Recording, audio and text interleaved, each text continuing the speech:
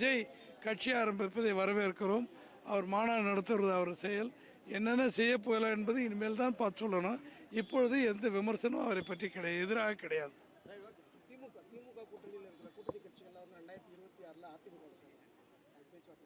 அதாங்க இப்போ பேசும்போது நீங்கள் இல்லையா? இப்போ நான் அதாவது நிச்சயமாக இந்த ஆட்சி மாறுவதற்கு இந்த 16 அமாவாசை இருக்குது. 6 அமாவாசையை குறைச்சி 10 அமாவாசை முடிஞ்ச உடனே திமுக கூட்டணியெலாம் எடப்பாடியிடம் பேச்சுவார்த்தை பண்ணி எங்கள் கூட்டணிக்கு வந்துடுவாங்க. பொதுமக்களும் ஓட்டு போட எங்களுக்கு சாதகமாக ஓட்டு போட தயாராக இருப்பாங்க. மிகப்பெரிய கூட்டணியோடு அதிமுக கூட்டணியை சந்திக்கும், ஆட்சி அமைக்கும், முதலமைச்சராக மாண்புமிகு எடப்பாடியார் வருவார்கள். கூட்டணி தான் நிற்க முடியும். தனி தேர்தல் கூட்டணி வந்தால் சேர்த்துக்கிட்டு நிற்கிறது என்ன தவறு? எந்த கட்சியுமே கூட்டணி இல்லாமல் இருக்க முடியாது தம்பி. கட்சி தனியாக நிற்பதற்கு நாங்கள் தயார். ஆனால் கூட்டணி வந்தால் அதை உதாசீனப்படுத்த முடியாது.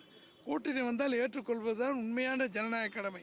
எல்லோரும் சேர்ந்து தான் ஓசை எழுப்பினா தான் ஓசை எழுப்பே தவிர இல்லை என்றால் தனியாக என்றால் அதிமுக எதற்கும் தயார்.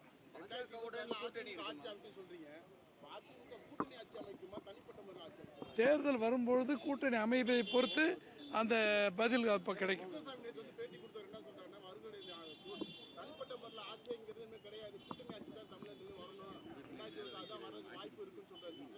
அது அவருடைய கருத்து.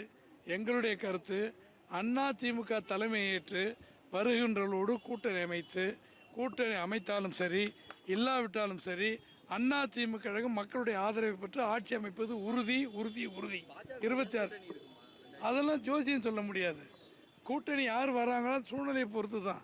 தேர்தல் வரும்போது அவருடைய விளைவுகள் தெரியும். இப்போ ஒன்றும் சொல்ல முடியாது.